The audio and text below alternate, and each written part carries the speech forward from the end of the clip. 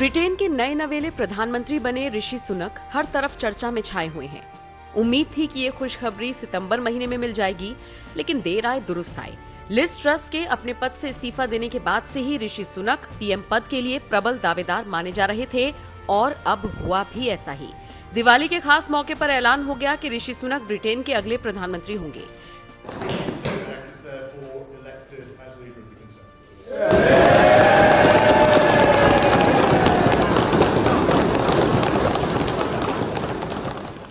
ऋषि सुनक ने प्रधानमंत्री पद के लिए चुने जाने के बाद क्या कुछ कहा, चलिए पहले आपको वो सुनवाते हैं।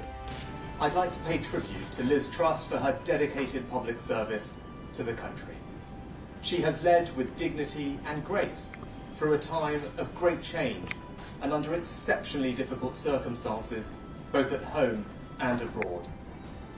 I am humbled and honoured to have the support of my parliamentary colleagues and to be elected as leader of the Conservative and Unionist Party. It is the greatest privilege of my life to be able to serve the party I love and give back to the country I owe so much to. The United Kingdom is a great country, but there is no doubt we face a profound economic challenge. We now need stability and unity, and I will make it my utmost priority to bring our party and our country together, because that is the only way we will overcome the challenges we face and build a better, more prosperous future for our children and our grandchildren.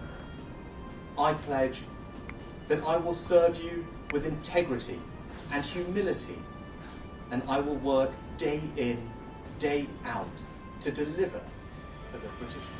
Rishi Sunak ने किस तरह से अपनी खुशी जाहिर की ये तो आपने देखा, लेकिन अब सवाल ये उठता है कि ब्रिटेन में हुए इस सत्ता परिवर्तन का असर भारत पर किस तरह से पड़ेगा, क्योंकि भारत के प्रधानमंत्री नरेंद्र मोदी को पूरी उम्मीद है कि दोनों देश मिलकर अच्छे से काम करेंगे।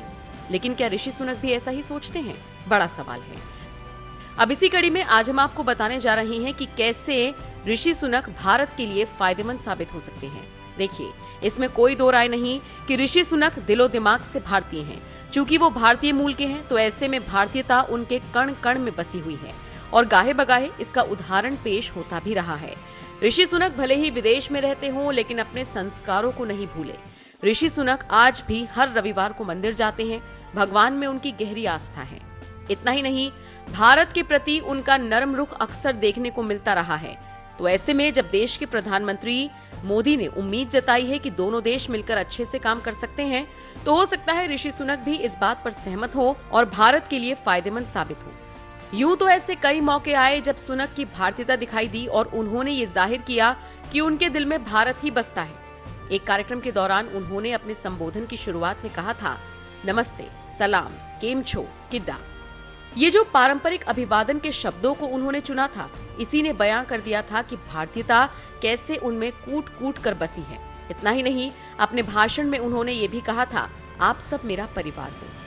बता दें, ऋषि सुनक की पत्नी इन्फोसिस के सह संस्थापक नारायण मूर्ति की बेटी अक्षता मूर्ति है। भारत से ऋषि सुनक का बेहद गहरा नाता है। ऐसे में भारत के प्रति उनका नर्म रुख होना लाजमी है। दूसरी तरफ भारत को टेढ़ी नजरों से देखने वाले चीन के प्रति ऋषि सुनक काफी ज्यादा गुस्से में रहते हैं और इसका उदाहरण भी कई बार देखने को मिला है। कई मौकों पर उन्होंने खुले मंच से कहा है कि चीन की आक्रामकता के खिलाफ बचाव में ब्रिटेन को बहुत मजबूत होने की जरूरत है।